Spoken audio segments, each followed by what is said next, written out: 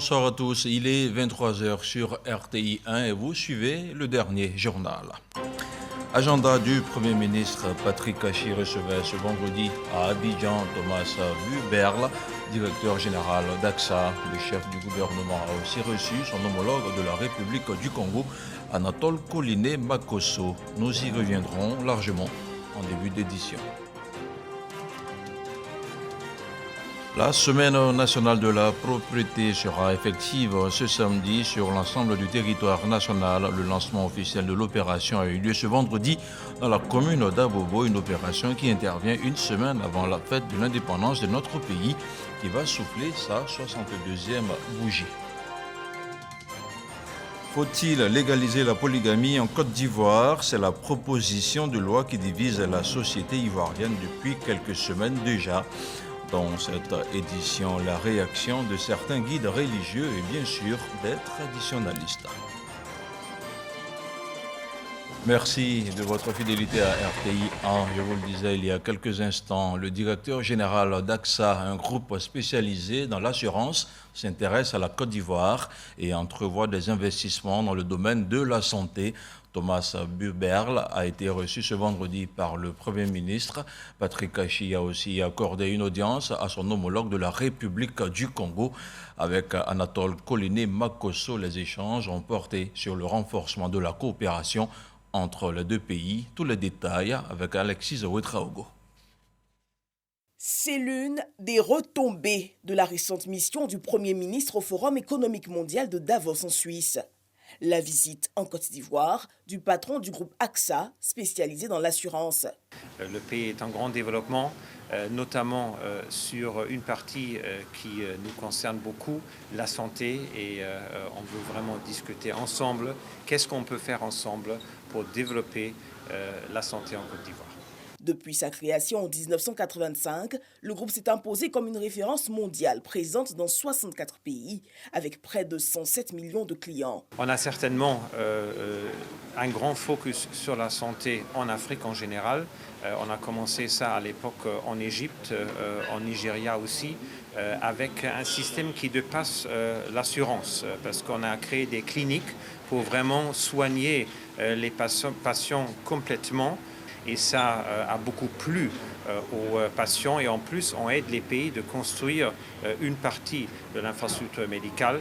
Autre audience, un peu plus tard en journée, c'est accordée à Anatole Koliné Makosso, Premier ministre congolais. Invité à assister à l'inauguration de l'Agropole Nord mercredi dernier à Sinématiali, le chef du gouvernement congolais veut s'inspirer de l'expérience ivoirienne pour optimiser la réussite de ses projets agricoles et ainsi assurer la sécurité alimentaire ainsi que la transformation des productions congolaises. Au moment où notre pays engage une transition économique qui consiste à partir du tout pétrole à une économie diversifiée, la Côte d'Ivoire nous semble être l'exemple même à suivre pour réussir cette transition économique. J'ai été frappé par l'initiative ivoirienne de l'Organisation des États généraux avec l'accompagnement de l'UNESCO. Et nous avions lancé aussi ce chantier. J'avais besoin quand même que nous puissions échanger sur la manière dont cette initiative a été conduite. Le Congo entend ainsi réduire sa dépendance aux importations de denrées alimentaires et accroître les exportations de production agricole. Une délégation d'investisseurs allemands séjourne en ce moment en Côte d'Ivoire. Elle a été conduite par le général Philippe Mangou chez le président du Conseil économique, social, environnemental et culturel. En toile de fond, il s'agit d'une prospection de futurs investissements. Michel Digré. Après sa récente visite à Berlin en Allemagne, le président du Conseil économique, social, environnemental et culturel reçoit la délégation d'investisseurs allemands. Des hommes d'affaires conduits par l'ambassadeur de Côte d'Ivoire en Allemagne, le général Philippe Mangou. Plusieurs projets ont été abordés lors des échanges dans le domaine de la santé, la construction, la production de caoutchouc. Pour nous, il est clair qu'ici en Côte d'Ivoire, nous avons trouvé un pays dans lequel nous pouvons investir. Faire des affaires pour l'avenir, c'est ce qui compte pour nous. Cette visite répond à la vision du président de la République Alassane Ouattara, qui est de permettre à la Côte d'Ivoire d'avoir une économie forte en attirant plus d'investisseurs. Depuis 2021, nous faisons venir des investisseurs tant de la République tchèque que de la République allemande. Cette fois-ci, nous sommes également venus avec les mêmes investisseurs. Le président du CESEC, le docteur Eugène Akaoulé, a salué l'initiative prise par l'ambassadeur de Côte d'Ivoire en Allemagne. Le CESEC, en tant que chambre consultative, est disposé à appuyer les différents projets. Son Excellence l'ambassadeur Philippe Mangou, ambassadeur de Côte d'Ivoire en Allemagne, qui nous donne cette opportunité d'échanger avec des investisseurs allemands dans tous les domaines. Et incontestablement, c'est une opportunité que la Côte d'Ivoire doit saisir dans sa marche vers l'émergence. Dans les mois à venir, plusieurs autres investisseurs viendront en Côte d'Ivoire rencontrer les autorités compétentes pour de possibles investissements. Je vous le disais en titre, la semaine nationale de la propriété va démarrer le 1er août prochain. Le lancement officiel a eu lieu ce vendredi dans la commune d'Abobo. C'est le ministre de l'Hydraulique, de l'Assainissement et de la Salubrité, Bouaké Fofana, qui a donné le coup d'envoi de l'édition 2022, le témoignage de Grace Kando. C'est parti pour la 7e édition de la Semaine nationale de la propriété. La Semaine nationale de la propriété se tient chaque année en prélude à la fête nationale. Elle vise à sensibiliser la population sur l'importance de l'amélioration de la qualité du cadre de vie. Il ne faudrait pas que ça soit seulement pour l'indépendance. Il faut que ça soit tous les jours. On doit sensibiliser aussi notre soeur, nos parents autour de nous pour rendre vraiment nos cadres propres.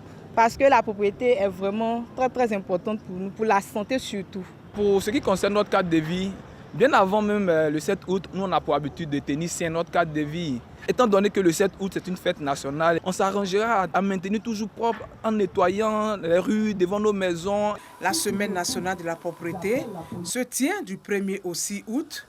Cette année, le thème retenu est « Par le civisme, gagnons le pari de la propriété ». C'est une tradition qu'on doit conserver. On ne peut pas être propre sur nous-mêmes, apporter de jolis habits. Dès que vous descendez devant chez vous, il y a des ordures partout. Ça, c'est pas normal. On demande à tous les Ivoiriens de rendre propre là où nous vivons, là où nous travaillons. Ça va diminuer les maladies. Nous allons travailler cette année avec mon collègue, le ministre de la promotion de la jeunesse et de l'insertion professionnelle. Ensemble, nous allons faire cette opération à Yamoussoukro pour la fête de l'indépendance.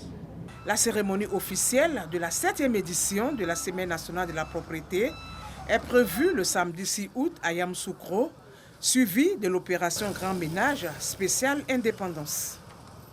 Autre chose à présent, le ministre de la Construction, du Logement et de l'Urbanisme recommande aux maîtres d'ouvrage de s'attacher les services des professionnels du bâtiment. Une adresse faite ce vendredi au cours de la première université de l'immobilier. Bruno Nabagné-Koné s'est prononcé sur plusieurs thématiques dont l'incivisme des propriétaires, la méconnaissance de la réglementation et la problématique des effondrements des immeubles. Lancine Bakayoko. La question des effondrements d'immeubles reste un débat d'actualité. Les causes sont là, des maîtres d'ouvrage préoccupés à minimiser les coûts, en surfant sur la qualité des matériaux de construction, des entrepreneurs omnibulés par les économies substantielles qu'ils veulent sur le dos du maître d'ouvrage, et les services techniques d'État quelquefois mis à l'index. Bruno Nabagné-Koné a réitéré la nécessité d'appliquer la réglementation, une réglementation sans ambiguïté. En Côte d'Ivoire, avant toute construction, les plans doivent être approuvés par un architecte. Et dans le cas des immeubles de plus de 2 étages, le propriétaire qui fait office de maître d'ouvrage doit également être assisté d'un ingénieur conseil et surtout faire viser son chantier par un bureau de contrôle privé. Je rappelle donc le recours obligatoire à un architecte agréé pour toute construction en milieu urbain et l'obtention préalable d'un permis de construire, là aussi pour toute construction en milieu urbain. Ce dispositif déjà très serré s'accompagne de plusieurs autres mesures. C'est notamment la réforme du certificat de conformité. Donc ça c'est important pour le rendre obligatoire pour tout raccordement d'un bâtiment à l'eau et à l'électricité. Éviter les effondrements d'immeubles, c'est avant tout une volonté personnelle, résume Bruno Nabagné-Koné. On s'intéresse maintenant au baptême de la première promotion d'élèves commissaires de police de l'école Amadou Gon Coulibaly de Korogo. Au nombre de 29, les nouveaux commissaires ont été jugés aptes à intégrer les rangs de la police nationale, et cela après 2 années de formation. La promotion baptisée Kandia Camara a reçu ses épaulettes des mains du ministre de l'Intérieur et de la Sécurité, le général Vagondo Diomandé. Le compte-rendu d'Abou Sanogo. École de police Amadou Gon Coulibaly de Korogo. Double cérémonie de baptême et de remise d'épaulettes à 29 élèves commissaires de police. Quelle devise avez-vous choisi? Nous voudrions avoir l'honneur de choisir comme devise loyauté, probité, responsabilité. Nous voudrions avoir l'honneur de choisir comme marraine Madame Kandia Camara, ministre d'État, ministre des Affaires étrangères, de l'intégration africaine et de la diaspora. Il compose la première promotion des élèves commissaires de police de cette école. Jugés aptes et dignes à exercer la charge de commissaire de police à l'issue de 24 mois de formation policière, ils intègrent désormais la grande famille des officiers de la police nationale. Ces futurs commissaires de police qui ont opté pour la devise loyauté, probité, responsabilité ont reçu leurs épaulettes couronnement de 2 années de formation des mains du ministre de l'Intérieur et de la Sécurité Vagondo Diomandé et du ministre de la Communication et de l'Économie numérique représentant leur marraine Kandia Camara, ministre d'État, ministre des Affaires étrangères, de l'intégration africaine et de la diaspora. Vagondo Diomandé a invité les nouveaux commissaires de police à la loyauté et à la discipline. Conformément à votre devise, je vous exhorte à être loyaux aux institutions de la République et à ceux qui les incarnent, ainsi qu'envers les populations à travers le partenariat avec celles-ci. Représentant la marraine de la première promotion des élèves commissaires de l'école de police Amadou Gon Coulibaly de Korogo, le ministre de la Communication et de l'Économie numérique Amadou Coulibaly les a invités à rester disponibles et à l'écoute des usagers de leurs services. Agent d'application de la loi, vous devez le demeurer sans condition, quelles que soient les difficultés et les tentatives auxquelles vous serez très certainement confrontés. À l'issue, le ministre de l'Intérieur et de la Sécurité, Vagondo Diomandé, a procédé à la pose de la première pierre de la future école de police de Korogo. Autre temps fort de cette double cérémonie, le défilé de la première promotion des élèves commissaires de l'école de police Amadou Gon Coulibaly de Korogo. À 240 km d'Abidjan, le gouvernement vient d'octroyer une enveloppe de 155 millions de francs CFA aux comités locaux de lutte contre la vie chère. Les premiers responsables ont été outillés à Yamoussoukro. L'enveloppe leur permettra de communiquer, de sensibiliser et de veiller au strict respect des mesures arrêtées par le gouvernement. Quant au ministre du Commerce, de l'Industrie et de la Promotion des PME, Souleymane Diarra-Souba, il les a surtout invités à relever tous les défis liés à la lutte contre la vie chère. Kader Sogodogo.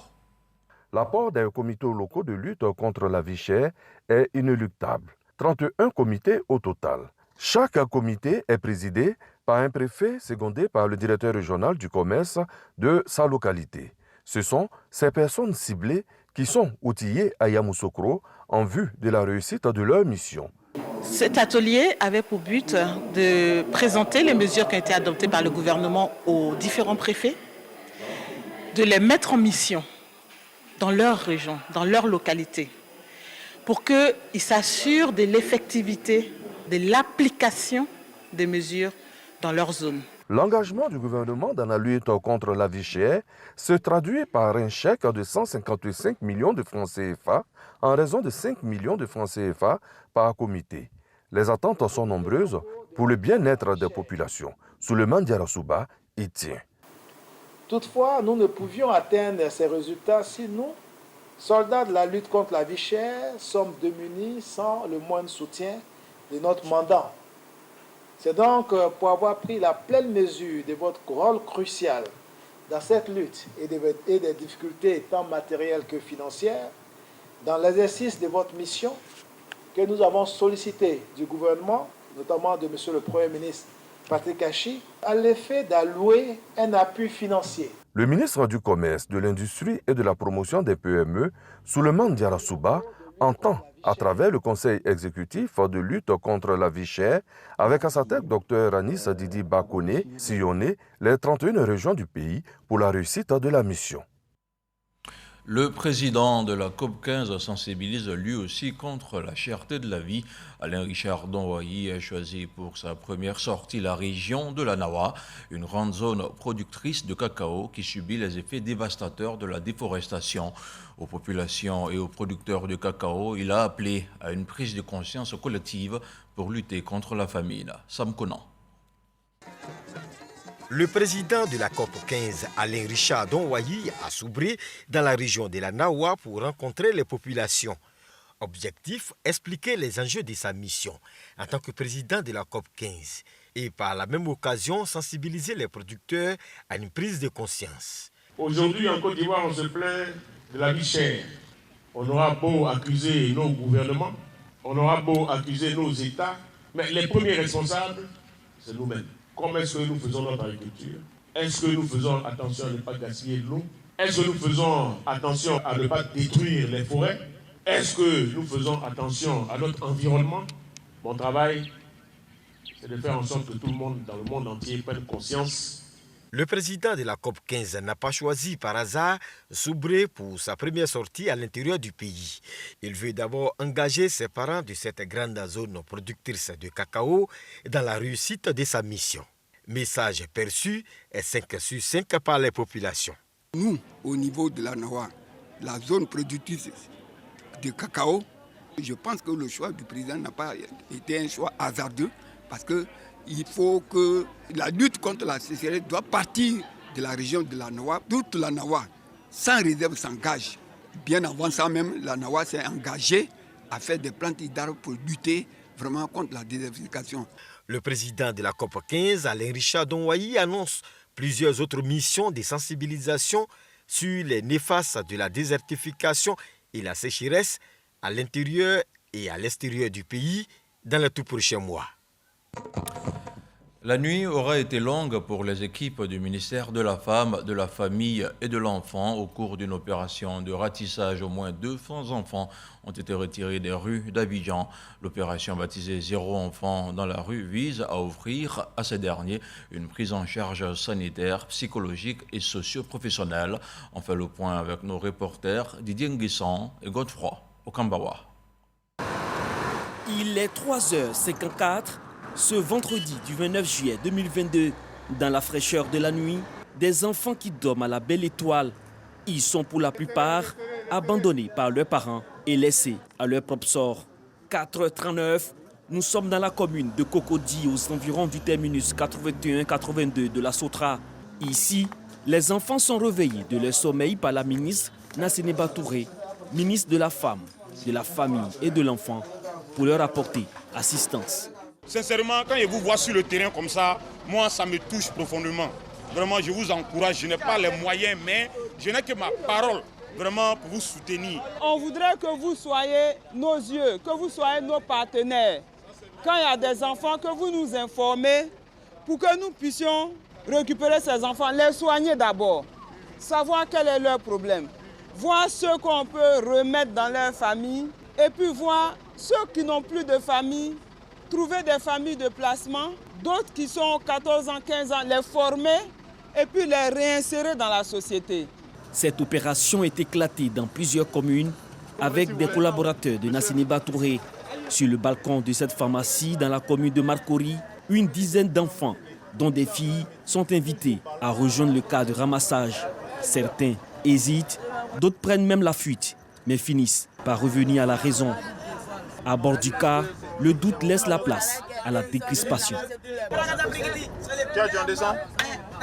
Cette opération qui a permis de sortir plus de 200 enfants des rues en une nuit est pilotée par le programme de protection des enfants et adolescents vulnérables. C'est comme un espoir. D'autres attendaient, ils étaient dans la rue, vous les avez vus.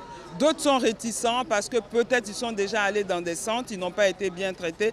D'autres sont réticents parce que le problème psychologique qu'ils ont eu au départ de la famille n'a pas été traité. C'est un état d'esprit qui s'installe et il n'y a plus de confiance. Donc aujourd'hui, il y a un gros travail à faire pour éradiquer ce fléau de notre pays. Cette visite médicale, suivie d'un entretien, marque le début de leur prise en charge, ce qui va aboutir à leur resocialisation. Certains retourneront en famille, d'autres apprendront un métier ou reprendront leurs études. Et si la polygamie était optionnelle en Côte d'Ivoire, depuis quelques semaines déjà, la proposition de loi continue de faire des vagues dans la cité. Et sur le sujet, les avis sont partagés. Après les citoyens lambda, les guides religieux et les gardiens de la tradition ont aussi décidé de prendre la parole. C'est le dossier de la rédaction de RTI 1, un dossier préparé par Serge Pacom Didi, David Soyo et Serge Coléa.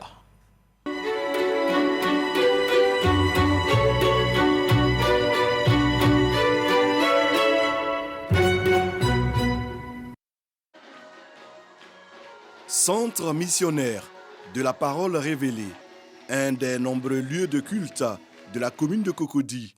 La communauté est en fête ce mercredi 27 juillet 2022. Et pour cause, son guide célèbre un an de plus.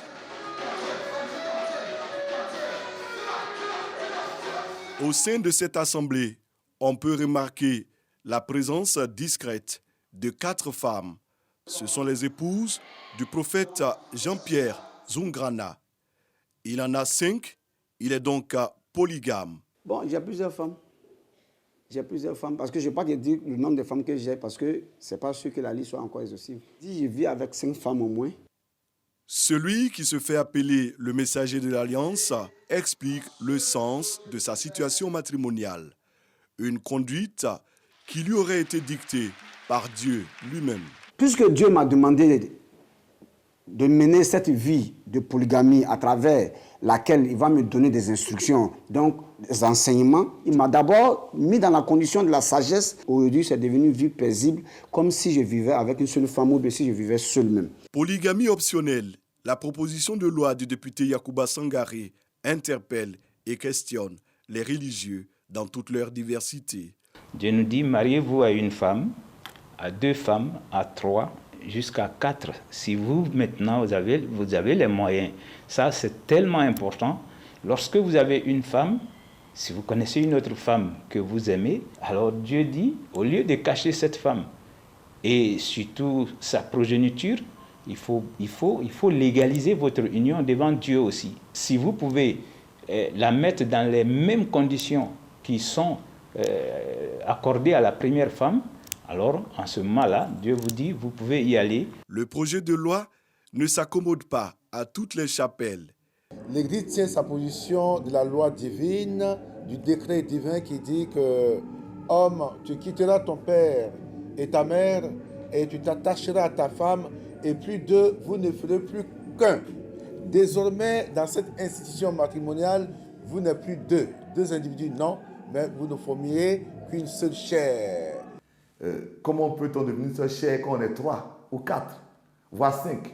Universitaire, traditionnaliste et grand défenseur des valeurs africaines, le professeur Amoy Urbain nous donne son éclairage sur la polygamie optionnelle. Il ne s'agit donc pas systématiquement de la polygamie, c'est-à-dire de la polygamie présentée comme une option dans le cadre d'un couple. Si c'est dans le cadre d'un couple, donc il n'y a pas de systématisation. C'est une option. Aussi bien en religion que dans la tradition, le tout réside dans une négociation savante. À preuve, quand même on doit aller prendre une deuxième femme, la communauté, la famille se réunit pour dire « Est-ce que tu as demandé l'autorisation à ta femme ?» Une des raisons de la proposition de l'honorable Yacouba Sangaré est de protéger les femmes qui, selon lui, ont eu des enfants avec des hommes déjà en couple. Il s'appuie notamment sur la modification de la loi sur le mariage qui reconnaît depuis 2019 les enfants adultérins. La loi est censée protéger tous les membres de la société. Il ne faut pas catégoriser les membres de la société. Le législateur doit être courageux d'aller jusqu'au bout de ses idées. À partir du moment où il y a une reconnaissance des enfants adultérins, mais de grâce que les mamans puissent avoir cette possibilité aussi d'être reconnues comme épouses pour mieux encadrer les enfants, pour que demain, ces enfants ne soient pas qualifiés d'enfants de la rue ou des microbes. Dans ce débat, il y a ceux qui rétorquent que la polygamie devrait s'appliquer à tous. Polygynie pour les hommes, c'est-à-dire avoir plusieurs femmes, et polyandrie pour les femmes qui auront le droit de prendre plusieurs hommes. Si moi, en tant qu'homme, je le fais, et si une femme est en train de le faire, nous sommes là dans le domaine de la morale.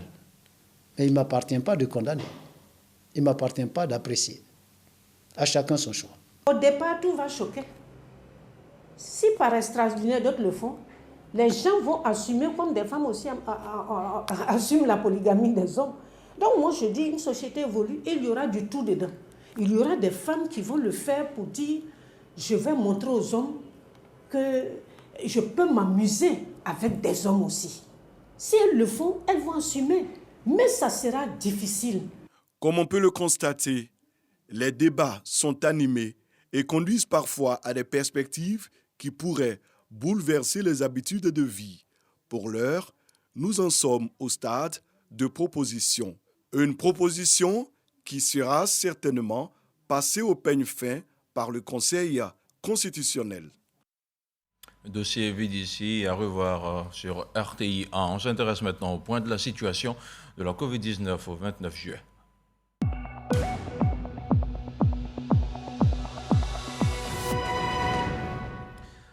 Le ministère de la Santé, de l'Hygiène publique et de la couverture maladie universelle a enregistré ce vendredi 29 juillet 62 nouveaux cas de Covid-19 sur 1125 échantillons prélevés, soit 5,5% de cas positifs, 39 guéris et 0 décès. À la date du 29 juillet, la Côte d'Ivoire compte donc 85 253 cas confirmés, dont 84 254 personnes guéries, 811 décès et 188 cas actifs. Le nombre total d'échantillons est d'1 578 434. Le 28 juillet, 79 742 doses de vaccins ont été administrées, soit un total de 17 241 049 doses du 1er mars 2021 au 28 juillet 2022. Le ministre de la Santé, de l'Hygiène publique et de la couverture maladie universelle invite toutes les personnes de plus de 12 ans à se faire vacciner dans les centres dédiés. Il rappelle que la vaccination contre la Covid-19 est gratuite et volontaire. L'Alliance Nouvelle pour la Côte d'Ivoire veut donner un nouveau visage à la localité de Bayota et pour y arriver, elle appelle les filles et fils de la région du Go à promouvoir des valeurs de paix, de cohésion sociale et de développement. Le mouvement politique s'organise d'ailleurs pour rendre un vibrant hommage au président Alassane Ouattara pour ses actions de développement. Le commentaire d'Astou Touré.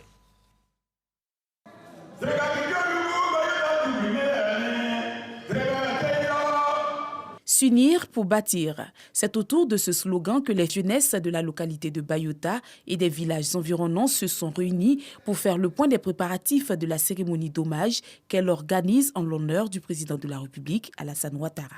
Pour les fils et filles de la région du Go, il est temps de promouvoir la paix, la cohésion, mais surtout de faire le bilan des actions de développement menées par le président de la République, Alassane Ouattara, dans leur localité. Les jeunes du Go ont compris qu'il faut aller au développement. Il ne faut pas tourner le dos au développement. C'est pourquoi ce qui a été fait, nous allons nous arrêter et nous allons dire merci au président Alassane Ouattara. Merci à ce grand bâtisseur. La population a répondu massivement à cet appel. Elle se dit prête pour la réconciliation et le pardon pour cultiver le développement dans leur région. Merci au président Alassane Ouattara qui bataille très fort pour que la jeunesse de Côte d'Ivoire soit très unie et heureuse. Il ne faut pas croiser les bras. La lutte, c'est ça aussi. Il faut taper à toutes les portes. Il faut supporter celui qui est au pouvoir pour que demain le développement avance partout. Un président, il est là pour tout le monde. Tout est fin prêt donc pour le 30 juillet prochain, date où se tiendra la cérémonie d'hommage au président de la République. L'Alliance Nouvelle pour la Côte d'Ivoire exhorte la population à participer massivement à cette grande journée de reconnaissance au président de la République. Dans l'actualité hors de chez nous, en République de Guinée, les tractations se poursuivent autour de la durée de la transition.